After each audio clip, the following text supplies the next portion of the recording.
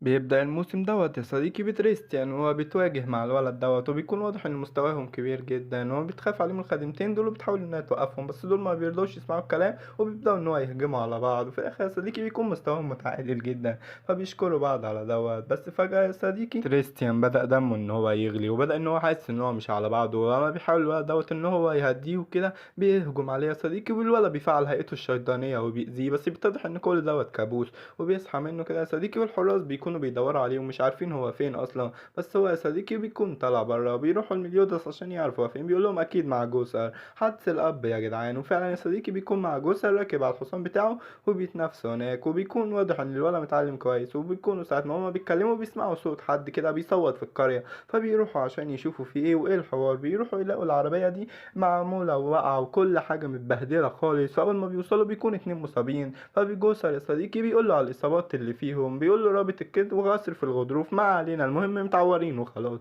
فبيبدأ يا صديقي إن هو يستعمل سحر العلاج اللي ورثه من أمه لما شفتش المواسم اللي فاتت فروح وشوفها الأول وفعلا يا صديقي الراجل دوت بيستعيد عافيته وقوته كلها من بعد ما ميودا شافاه وبعدها بيروح يا صديقي وأبوه بيكلمه بيقول له أنت رحت فين بقى وليه ما جيتش تتعلم الدرس النهارده بيقول له إن كان في حادث وهو كان بيساعد المصابين فبيقول له أنت كذاب وأنت كنت مع جوسر فالولد يا صديقي بيتعصب إن أبوه ما صدقوش وكده وبيتعصب يا صديقي بيقول له أنتوا مش فاهميني وبياخد بعضه وبيمشي وبيفتكر يا صديقي الكابوس اللي شافه قبل كده وهو هزم الولد دوت والولد يا صديقي بيكون اتعور في عينه بس بتجيله أمه يا صديقي وبتقول له مش مشكلة إن أنت عايز تكون اللي أنت عايز تكونه بس لما يجي الوقت إنك تحارب فيه عشان خاطر حد لازم تروح بس هو بيمشي يا صديقي وفي غابة قلبه يا صديقي بيكون شوية من جنود الفوارغ ده يا صديقي بيهاجموا عملاق وجنيه والعملاق مش عارف يعمل أي حاجة الله يكسفك يا ابني مش عيب على حجمك دوت وبيكون في البت ده يا صديقي بتعيط عليه عشان ده أبوها بس بيشوفهم فارغ كده يا صديقي وبيجري وراهم وبيجري يا صديقي بس بيتكعبلوا في الآخر بيكون لسه هيموتهم بس بيجي جني من وراه كده يا صديقي وبيديله سهم بيوقعه على الأرض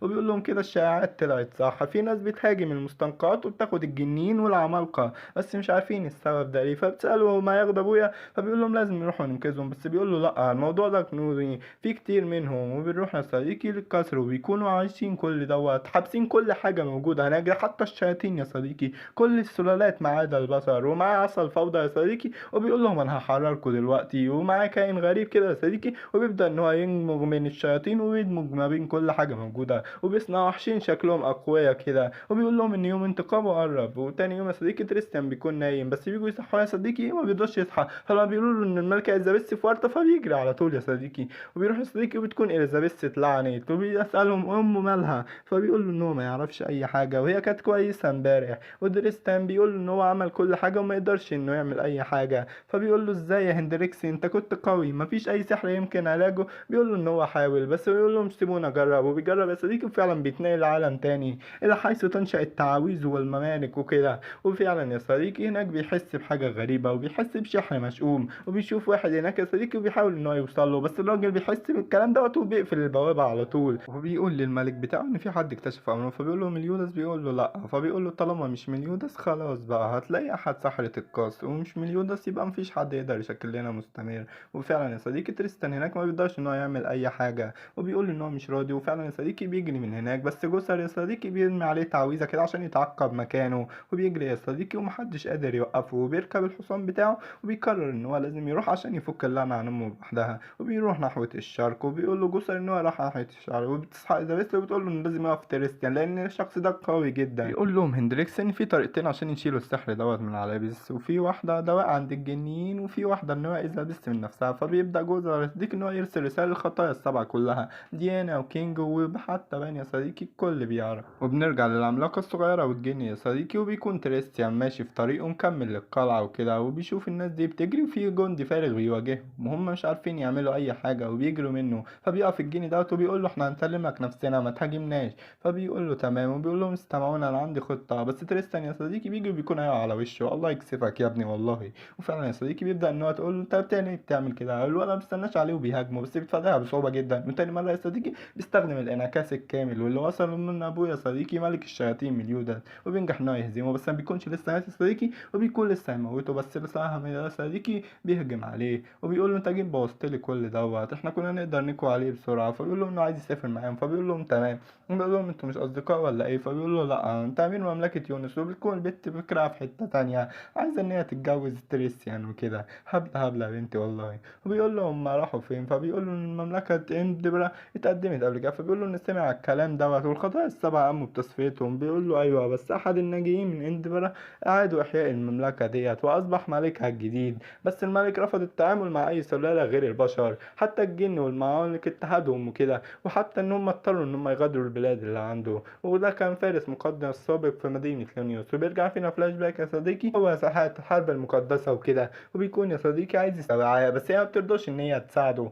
وفعلا يا صديقي الشيطانة بتخلص عليه بسرعة، وعشان الشيطانة دي ما عادتش موجودة فقرر ان هو ينتقم من ملكهم. فبيقول له ان في اتنين بيتقدموا كده، وبيقول له ما تقلقش بقى، الاتنين دول هيتقدموا بيهم، وبيقول لهم دوركم جه. وفعلا يا صديقي بيوصلوا للقلعة وبيكون الناس هناك، وبيقول له ان هو شاعر بالسحر اللي لعن امه. فبيقول له تمام. وفعلا يا صديقي بيكون الجن والناس كلها ممسوكة، بس تريستان من غير اي تفكير يا صديقي بيروح وبيهاجمهم بالشعاع النجم الثاقب، وبيهجم يا صديقي عليهم وبيدمر الكتير منهم، وما بيكونش عارف هيعمل ايه بعد كده. فبيهزقوا الجن دوت على اللي هو عمله دوت، بس بيتجمع عليهم الجنود على طول وبيهجموا عليه، وبيستخدم الانعكاس الكامل يا صديقي وبيهزم شويه منهم، بس بيهجموا عليه تاني بلا كلل او ملل. وهو برضه يا صديقي بيصد، والجن ده عمال يقتل في التانيين شمال يمين رايح جاي ومش قادرين يعملوا معاه اي حاجه. وبيخلص يا صديقي اخر هجوم بطريق كده من اللكن الصاعد، وبيهاجم الكل يا صديقي ومحدش قادر يوقفه، وبيتحرروا الجن والعمالقه دول وبيشكروه ان هو انقذ بنته وكده. بس يا صديقي هما بيهاجموهم بالجنود ديت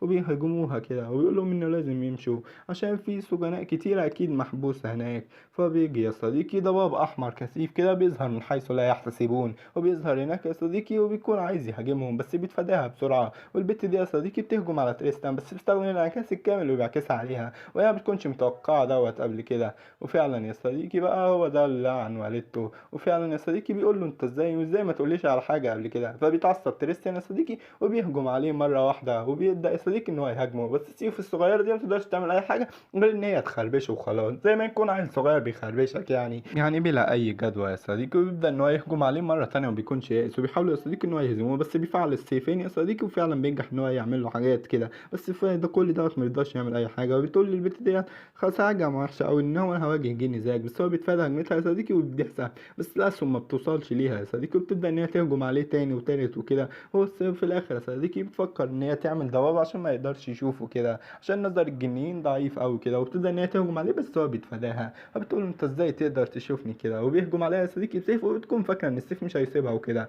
بس الولد ده يا صديقي بينجح ان هو يسيبها وكده. بيقول لها ان ده سهل عشان هو قوي بس مش اكتر يعني، الله يكسفك يا ابني عاش والله. وفعلا يا صديقي بيروحوا هناك وبتكون الوحش ده مكون من مجموعه من الشياطين والناس التانية. فبيقول له ان هو لازم ما يقتلوش، بيقول لتريستان انت ما تقتلوش عشان دوت هناك. بس تريستان في الوقت ده بيكون دمه بيغلي وشكل ان هو هيوصل للحاله التانية اللي اذن فيها صديقه قبل كده، وبيكون يا صديقي عايز يجمح نفسه عشان ما يأذيش اي حد وما يأذيش الجن اللي بيساعده دوت. فبيتضرب يا صديقي وبيرجع بوم ضربه واحده وبيعملها له. هو ده يا صديقي لانسلوتو ابن بانو اللي اسمه ايه دوت عوره، اللي تريستيان عوره قبل كده. فبيفتكر تريستيان يقول له تمام انت عشان كده حولت لنفسك جني عشان تجمع نفسك هدف يا صديقي، وكمان الاين عشان كده يقدر يتحول لجني بسرعه. وبيضربه يا صديقي بيقول له ان هو لازم ما يجمعش نفسه قبل كده ويفعل كل ده. بيقول له ان هو ما عندوش مشكله مع امه عشان كده هيساعده وكده، وخصوصا ان امه صديقه امه المقربه. وفعلا يا صديقي بيوصل كينج يا صديقي عند اليزابيث واللي بتكون بتجيب اخرها خالص، وبيديها دواء يا صديقي بس ما بيقدرش ان هو يعمل اي حاجه، بيبطأ بس من المفعول وكده. فبيسأله بان لو عنده فكرة مين اللي ممكن يعمل كده، بيقولوا انه في ناس كتيرة قوي. فبيسألهم كينج هو فين تريستيان، فبيقول له هندريكسن ان هو لما فشل في ابطاء التعويذة زعل وخاب بعده، وبيأمر جسر يا صديقي انه يتفاداهم وكده. وبيطلع بره وبتكون ديانا قاعدة يا صديقي عشان مش عارفة تخش عشان حجمها الكبير دوت،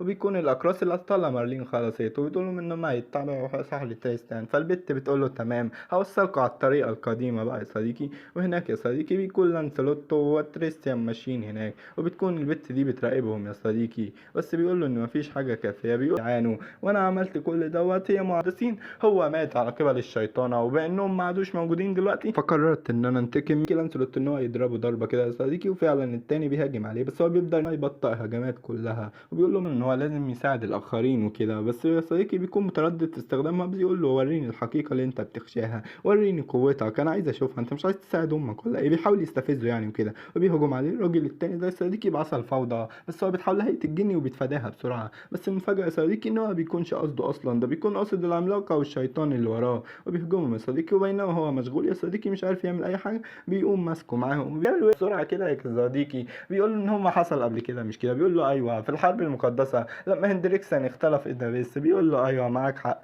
بيقول له هو عارف السحر الجنيني ده بتاع مين. لانسلوت هنا برضو كبيره جدا وبينجح يا صديقي ان هو يشويه. وبتيجي ديانا يا صديقي وبتكون اليزابيث اتحررت من لعنتها وبتقول له لازم تساعده. بس هو يا صديقي ما بيكونش همه الكلام ده بيطمن عليها بس بطريقه مش ولا بد كده يا صديقي. وبتقول له ان تريستيان جوه بيحاول يا صديقي ان هو يهرب بس تريستيان بيهجم عليه يا صديقي بس ما بيقدرش ان هو يعمل اي حاجه. وناو كينج يا صديقي والخطايا السبعه كلهم وبيلاقوا سكانور يا صديقي. بيحاول ميليودس ان هو يفهم منه الكلام. بيقول له انت هتفهم منه بس يا صديقي طبعا لا يا صديقي ده ميليودس يعني. فبيجي كينج يا صديقي لانه ملك الجنيات وكده فبيفهم الكلام وبيقول لهم ان الحوار دوت. بيقول لهم ان دي سبيرس وفعلا يا صديقي بيكون دوت عايهم وكده. وبيقولوا له يا صديقي ان هم مش هيقدروا يتصالحوا مع البشر تاني. وبتساله اذا بس عن قالوا له ايه. قال لها ان هم مش هيقدروا يتصالحوا عن البشر ولا حتى يقدروا يسامحوهم لان اللي عمل فيهم كده هو بشري. وبتسأل إليزابيث مليودس هل هو متخيل إن دي نفس القوة اللي استخدمها ديزبيس قبل كده. فبيقول لها أيوة هما ورطوا نفسهم كلمهم ومتعصب عليهم جدا. وبيقول لهم إن هو لازم ما يكرهش السلالات الأخرى وده أمر غلط. بيقول له إزاي يعني أنت كنت عايزني أتجاهل اللي عمله الآلهة في الملك بتاعي إزاي أنا لا يمكن أسمح بكده. وفجأة يا صديقي العصاية بتسيطر عليه كليا وبتحول له المسخ كده يا صديقي. وما بيصبرش عليهم ده بيديهم واحدة بس بيتفادوها ببراعة يا صديقي. وبعد كده يا صديقي بيبدأ إنه يهجم عليهم بلا أي رحمة. فبيروح لانسلوت يا صديقي عشان يهزمه بس بيديله واحدة بيطير وبيديله واحدة يا صديقي بيرميه بعيد وبيحاول يتفادى هجماته. بس الولا يا صديقي بيقع على الأرض وبيكون فاكر إنه هيخلص. بس فجأة يا صديقي دمه بيغلي وشكله هيفعل الهيئة الشيطانية ولا إيه. بيهجم عليه بس بيصد السيف. وفعلا يا صديقي في الحالة ديت وبيستغيثوا بيه بيفكر إن هو مش لازم يهاجم الوحش بقوته. بس بيجيله لانسلوت لسه عايش يا صديقي وبيقول له إن هما مش بشريتين دول وهم دول قشور فارغة. بيقول له انت ليه بقى لازم تعمل كل دوت ما تتجاهلش الماضي. فبيقول له انا كنت عايز استمر في القتال ساعة ما حشونا المرة اللي فاتت واللي اغضبني حقا هو ان انت ما رضيتش تواجهني تاني فسمعت بقى فيلا وانا هوقفك لو اضطريت لاقتلك انا مش هتردد لحظة ولازم انك توثق فيا لان انا مش هنوي الخسارة زي كل مرة. وفعلا يا صديقي الولد بيبدأ ان هو يسمع الكلام ويوثق في لانسلوت. والوحش بينزل عليه يا صديقي بوابل من الهجمات الموجعة قريب جدا جمدان جمدان والله. وبيهجم عليه يا صديقي الولا بيقطع له ديله عايش والله بس بيديله ضربتين كده يا صديقي بس الولا ما بيأثرش فيه ده بيديله واحدة كده يا صديقي بيخلي دمه يغلي. وفعلا يا صديقي بيبدأ ان هو يهزمه بدمه وبيطير يا صديقي. فبيحاول ان هو يسجن منه بس بيطير وراه يا صديقي وبيتضربه يا صديقي بيفشخه نصين. وحرفيا جمدان جمدان مفيش كلام. وبعدها يا صديقي بيهجم على لانسلوتو بس لانسلوتو يا صديقي بيكون بيجاريه في قوته. وفعلا يا صديقي ضربة من هنا على ضربة من هناك الموضوع بيمشي وبيهجم عليه بهجم من المبادات السحرية بس الولا بينجح ان هو يصد كل الهجمات. جامد جامد والله ابن بان صحيح يعني. وبيهجم عليه يا صديقي بيقول له استنى بقى شوف ضربتي الخاصة انت وريتني ضربتك. ويهجم عليه يا صديقي ولانسلوت بيحاول ان هو يتفاداها بس ما بيقدرش يعمل اي حاجة. ويواجهها يا صديقي بس ما بيقدرش ان هو يواجهها. وفعلا يا صديقي بتسيبه وكده يا صديقي لانسلوت اللي بيفوز وبيرجع حقه اللي ضاع من 3 سنين قبل كده. وفعلا يا صديقي بيبص عليه وبيلاقيه نايم بيضحك بيستغرب ان هو ازاي لازم يعمل كده. وفعلا يا صديقي بيبص على الواحد اللي هناك وبنرجع بينا فلاش باك للماضي يا صديقي لما بيكون كل الناس اتخلت عنه وكده. وبيجي له واحد بيقول له ان هو هيتفهم شعوره احنا عندنا نفس القيم وبيدي له جزء من الفوضى عصا الفوضى ديت يا صديقي. وهتتصدم حرفيا لما تعرف هو مين. ده ارثر يا صديقي بس هو ليه بقى شرير وليه بقى كده وليه مش هو مع مارلين دلوقتي. وفعلا يا صديقي بيدمر العصاية. واخيرا يا صديقي بيرجع تريستيان بس بيدوروا كده يا صديقي على لانسلوت عشان يشوفوا هو فين بس ما بيكونش موجود هناك يا صديقي. وبيكون اتضح ان الولا هرب عشان شكله متخانق مع ابوه. وجيريكو يا صديقي هي اللي بتكون عملت سحر الجليد قبل كده وبيقول لها بان ان هي لازم تراقبه. وفعلا يا صديقي بيمشوا والعمالقة وكل الناس اللي هم انقذوهم بيشكروهم وبيقولوا لهم انهم هيردوا الدين ده في اي وقت.